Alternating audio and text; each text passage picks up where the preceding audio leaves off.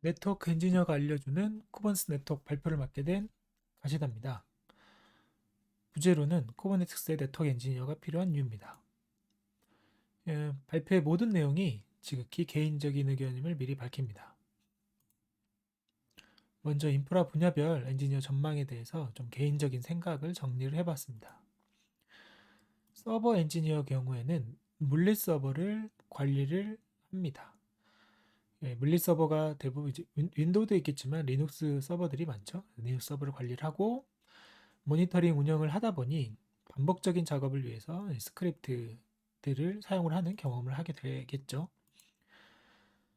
그리고 물리 서버가 가상 머신으로 좀 전환이 일어난 시기가 있었는데요. 이를 통해서 하이퍼바이저, 즉 가상화에 대한 경험들을 서버 엔지니어분들은 하시게 될 겁니다. 그리고 퍼블릭 클라우드가 시장에 이제 도입하기 시작했을 때 퍼블릭 클라우드에서 어쨌든 서버를 관리하다 보니 자연스럽게 서버 엔지니어분들은 클라우드 시스템 엔지니어로 전환이 되게 되고요. 이때 퍼블릭 클라우드가 리소스 사용이 용이하다 보니까 다양한 리소스를 편리하게 사용할 수 있는 이 자동화 경험들을 확대를 하게 됩니다.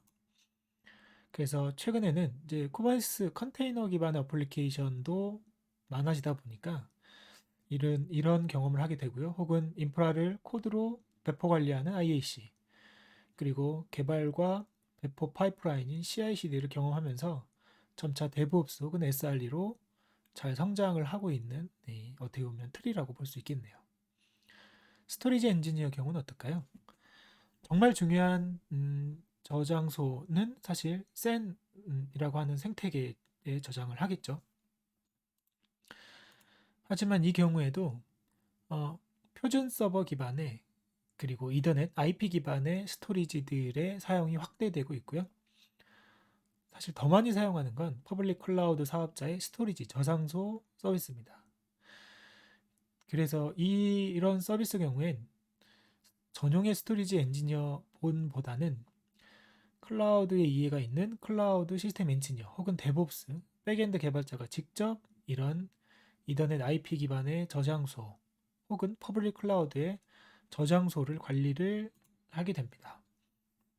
실제 잡코리아나 사람인에서 그 직업을 이제 구인하는 그 내용 항목에 스토리지라고 검색을 하시면 스토리지만 업무 능력을 요구하는 직원 모집 혹은 구인 글들은 거의 보실 수가 없습니다. 데이터베이스 엔지니어는 어떨까요? 데이터베이스도 이런 구성의 변화를 겪고 있습니다. 기존의 물리 서버 PM에서 가상 머신 VM으로 넘어가고요. VM에서 최근에는 놀랍게도 컨테이너 기반의 데이터베이스 서버를 운영하는 사례들도 나오고 있는데요. 사실 더 많은 사례는 디바스 혹은 데이터베이스 에이즈 서비스라고 하는 퍼블릭 클라우드 사업자의 관리형 데이터 서비스를 사용하는 형태로 전환이 많이 일어나고 있습니다. 실제로 2020년 카카오에서 발표한 온라인 세미나 제목 중에 하나가 발표자도 데이터베이스를 컨테이너로 운영하게 될지 몰랐다입니다. 그림에 나와 있는 것처럼 MySQL 서버인데 얘를 물리 서버도 아니고 더구나 가상 머신도 아니고 컨테이너를 가상 머신 컨테이너를 MySQL 서버로 구성을 해서 운영하게 되는 실제 사례입니다. 실제 가트너가 전망을 한 내용 중에 디바스의 점유율이 굉장히 증가하고 있다라는 얘기를 합니다. 그래서 이 발표자분 세션 영상 뒷부분에 의미심장한 말을 하게 되는데요. 데이터베이스 현재 PM, 그러니까 물리 서버 기준의 데이터베이스 엔지니어는 진지하게 미래에 대한 고민을 하게 될 거라고 하는 그런 얘기를 하게 되는데요. 네, 의미심장한 좀 말인 것 같습니다. 그 맨 아래에 있는 표는요. 쿠버네티스 플랫폼에서 컨테이너로 데이터베이스를 운영하고자 하는 커뮤니티 사이트인데요.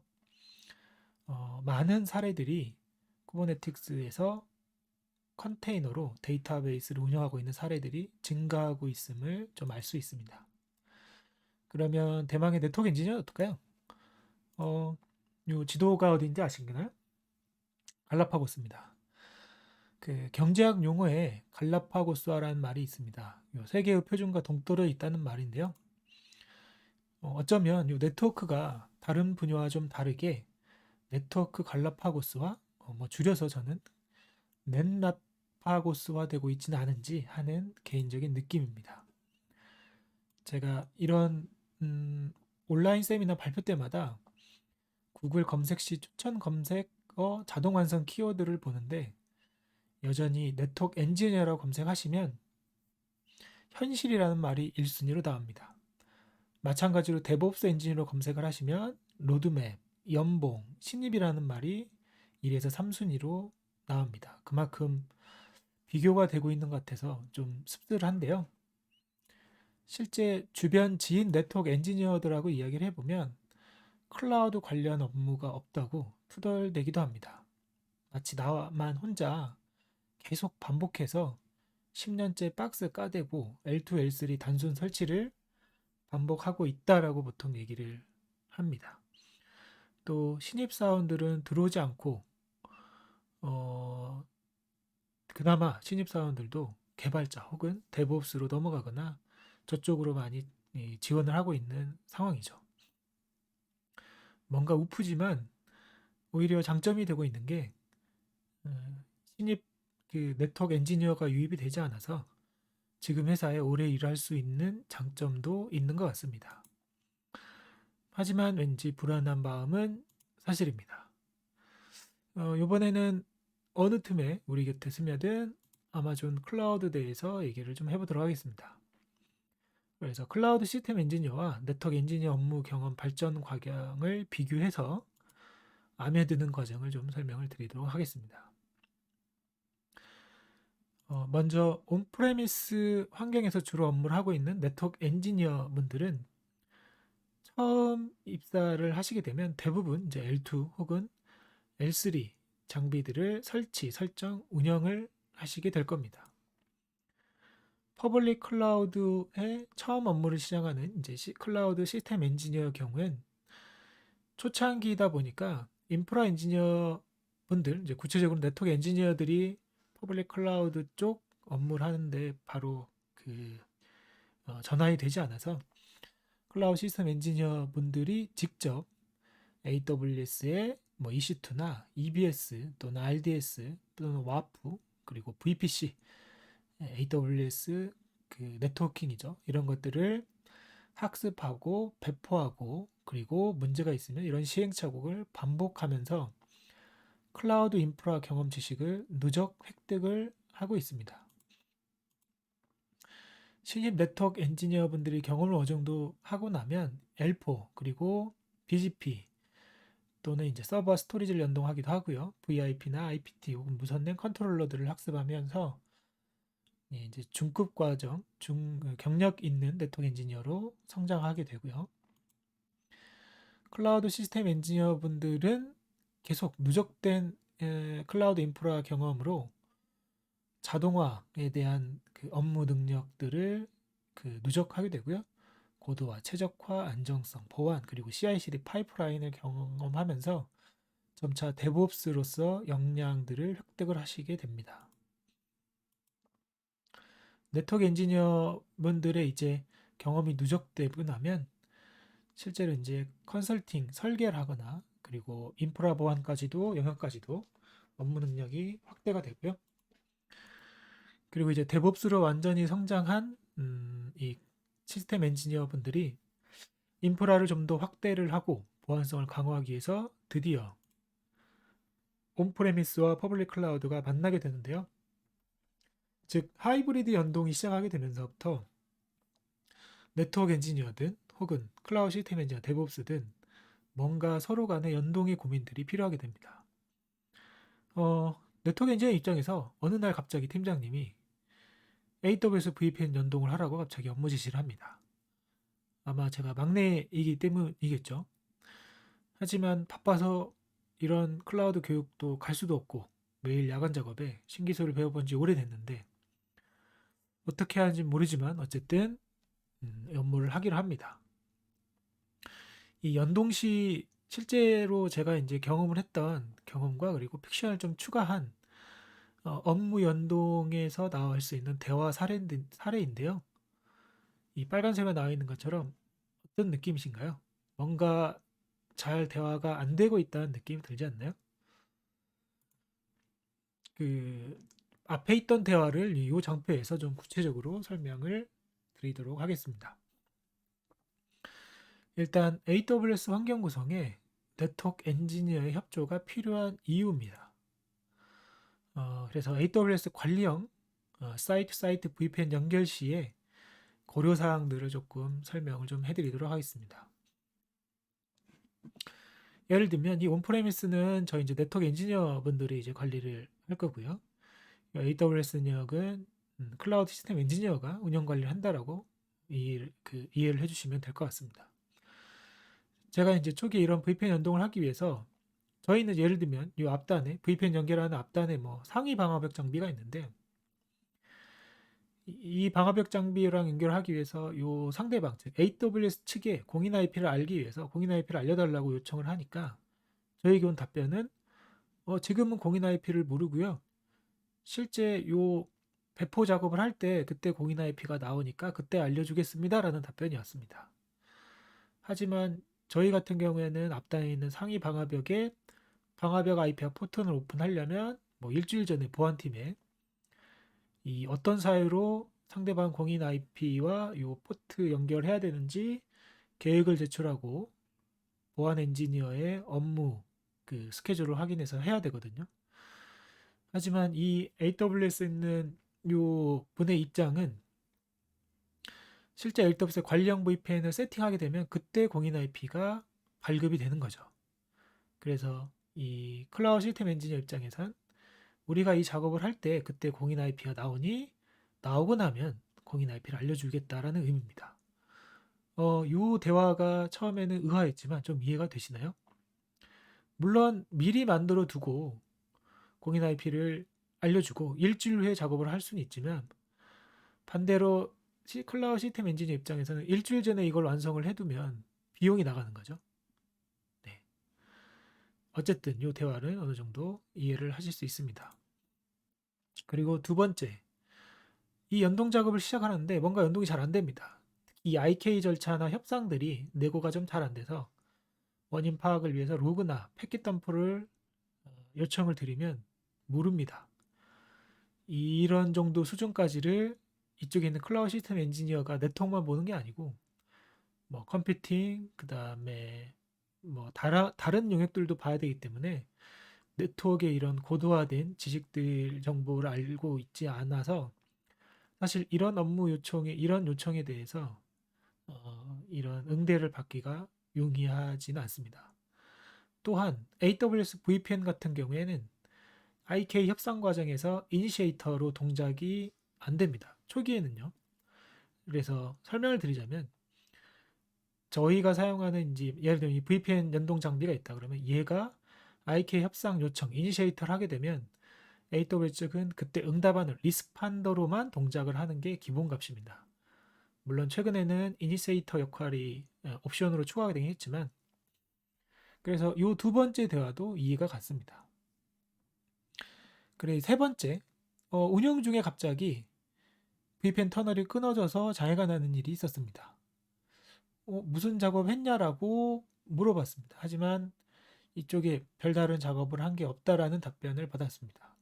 이유는 AWS VPN 서비스의 SLA가 99.95, 즉 월 5분 동안 문제가 발생을 해도 AWS 측의 잘못은 아니겠죠. 그래서 이 SLA라고 하는 거 때문에 VPN 터널의 이중화를 반드시 하라라고 AWS 측에서 강력히 공고합니다. 그리고 이런 터널이 끊어진다는 얘기는 AWS도 이런 VPN 터널 엔드포인트를 관리하기 때문에 VPN 터널 엔드포인트가 순차적으로 정기 점검이라고 하죠. 이렇게 순차적으로 끊어지는 일들이 발생할 수 있습니다. 그게 바로 요 99.95에 해당하겠죠. 월 5분에 해당하겠죠. 그래서 여러분이 초기에 AWS 이 관리형 VPN 연결하실 때 반드시 초기 설정하시고 나면 이런 터널을 다운을 해서 이 스탠바이 터널로 잘 서비스가 넘어가고 다시 원복이 되는지를 반드시 초기 설치를 하고 장애 페일로우 테스트를 하시기를 강력히 권고드립니다. 그리고 이제 더욱 놀라운 얘기는 BGP를 연동을 해달라는 요청이 이 클라우드 시스템 엔지니어로부터 업무 요청이 옵니다. 그러면 이제 저희 입장에선 예를 들면 여기 방화벽 장비가 있는데 BGP를요? 왜요? 방화벽에 BGP를 설정하라고요? 라고 의아해할 수 있습니다. 지금 요 그림 내용이 어떤 그림 내용이냐? AWS에서 권고하는 게 VPN을 연결할 때 이런 식으로 스태틱하게 VPN 터널 그리고 라우팅을 연결하는 게 아니라 AWS 관리형 VPN과 그리고 고객, 온프레미스 있는 고객, VPN 장비 간 이중화 연결하고 여기에 라우팅을 BGP 설정하기를 강력히 권고합니다. 결론적인 이유만 말씀드리면 이런 VPN 연결할 때 BGP가 아니고 그 구체적으로 스태틱 라우팅으로 연동을 하게 됐을 때 절체 타임이 예를 들면 이 경우는 10초에서 뭐 길게는 한 1분 정도의 장애 시간 발생이 가능한 경우에 반해 VPN을 그러니까 BGP 연동을 한다. BGP로 연동을 해서 VPN을 세팅하게 되면 1초 이내 거의 순단이죠. 서비스에 거의 영향도가 없게끔 동작이 됩니다. 그래서 실제로 이를 위해서 연동을 하시게 되면 AWS 측은 이 터널 중에 하나를 예를 들면 BGP의 속성, 매드 값이죠. 100으로 해서 저에게 전달을 주고요. 스탠바이 BGP의 그 스탠바이 VPN 터널은 BGP의 그 속성값 매드를 200으로 저한테 전달을 줍니다. 그래서 예를 들면 이게 이제 저희 쪽에 VPN 방화벽 장비라고 치면 저는 요 BGP 정보를 두 개를 받고 BGP의 타이가 당연히 이쪽으로 우선하게 보내겠죠. 그리고 이 논리 터널이 끊어지고 나면 자연스럽게 전환이 이쪽으로 넘어가고 이게 1초 이내에 거의 순단으로 절체가 이루어집니다. 하지만 이 작업이 굉장히 어려운 게 보통은 여기 이제 방화벽 장비니까 이 방화벽 장비 운영 관리를 보안팀이 하고 있습니다. 그래서 보안팀에 예를 들면 이 포티넷 장비라고 할게요. 예시로 이 포티넷 장비에 BGP 세팅하라고 보안팀 요청하면 보안팀이 BGP가 뭐예요? 라는 얘기를 합니다. 포티넷 장비에 BGP 한 번도 설정을 안 해봤는데요. 그 경험을 안 해봤는데 사례가 없는데요. 뭐 이런 답변을 받게 되기 마련이죠. 그래서 사실 이런 구성이 쉽지는 않은데요. 여러분이 그래서 할 일이 있는 거죠. 네트워크 엔지니어 분들이 AWS 연동했을 때 BGP로 받는 테이블 정보가 굉장히 제한적이고 그리고 그 영향도가 오직 이 구간만 있기 때문에 문제가 없고 그리고 절체 시 1초 미만의 절체가 있기 때문에 이런 설득을 여러분이 하시고 또 반대로 있죠. 클라우드 시스템 엔지니어에게 이런 가이드 그리고 BGP 연동에 어려움을 겪고 있기 때문에 여러분들이 이런 경험들을 전해줄 수 있는 거죠. 즉 네트워크 엔지니어 협조가 강력히 필요한 그런 사항이라고 보실 수 있습니다. 만약 이거를 데브옵스 분들이 이거를 전체를 관리한다 그러면 여러분이 BGP 처음 배웠을 때 어려움을 겪었던 것처럼 데브옵스 인원이 만약 이 모든 걸 관리한다 그러면 BGP를 처음으로 학습해야 되겠죠. IP 라우팅 그 두꺼운 책을 보시면서 BGP 타이가 어떻게 깨지고 12개의 우선순위인가요? 이런 것들을 알아야 되는데 굉장히 어렵지 않을까요? 또 반대로 생각해 보면 데브옵스가 그렇게 어렵게 만약에 학습을 할 수 있다고 가정하면 네트워크 엔지니어 분들도 퍼블릭 클라우드와 쿠버네티스의 지식과 학습 스터디를 하시고 그 업무 역할을 할 수 있지 않을까요? 네. 그러면은 이 AWS가 네트워크 엔지니어 얼마나 사랑하는지 그리고 AWS 인프라 환경이 네트워크 엔지니어의 역량과 경험 그리고 아키텍처가 얼마나 필요한지를 좀 설명드리도록 하겠습니다. 특히 이제 네트워크 백본으로 진화하고 있는 AWS의 트랜짓 게이트웨이라고 하는 서비스가 있습니다. 이 클라우드 이런 환경이 좀 확대가 되고 복잡도가 증가하면서 온프레미스 환경 수준의 인프라 아키텍처가 요구가 되고 있습니다.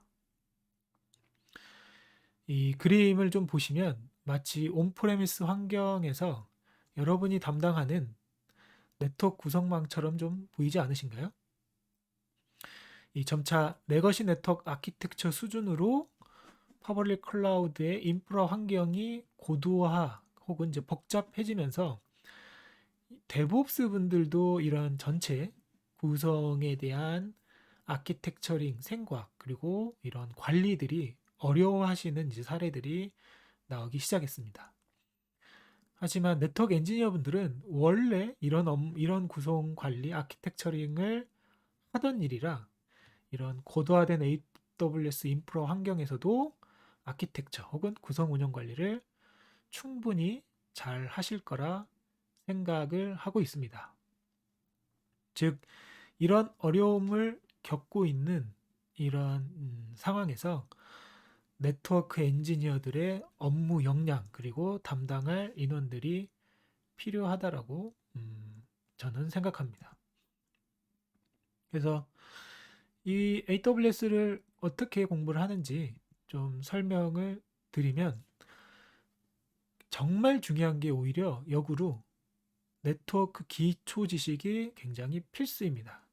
요거는 뒤에서 또 충분히 설명을 드리도록 하겠고요. 책이나 스터디, 커뮤니티, 블로그, 유튜브에서 여러분들이 공부를 하실 수 있고요. 그리고 회사의 클라우드 업무가 발생 시 아까 팀장님 AWS VPN 연결하라고 하는 것처럼 적극 여러분이 참여를 좀 하실 수 있고요. 클라우드 업무가 없을 시에는 이제 토익 프로젝트나 혹은 기술 블로그를 여러분들이 운영하시면서 학습을 하실 수가 있을 것 같습니다. 그래서 이제 저희 팀 추천 사이트에 저희 팀 기술 블로그에 이런 AWS 관련 네트워킹 글들이 많은지 좀 보시고요. 두 가지 이제 유튜브 채널에 네트워크 엔지니어 입장에서 이제 이런 걸 정리한 채널과 그리고 네트워크 프로그래밍 개발자분이 바라보는 이런 네트워크 유용한 채널도 있으니까 한번 보시고요. 그리고 이 공부를 하기 위해서 네트워크 엔지니어 입장에서 집필한 실습 기반의 책을 앞광고를 드리면 예, 제가 저희 팀원과 함께 같이 집필한 따라하며 배우는 AWS 네트워크 입문을 보시면 아주 쉽게 여러분들이 공부하실 수 있습니다.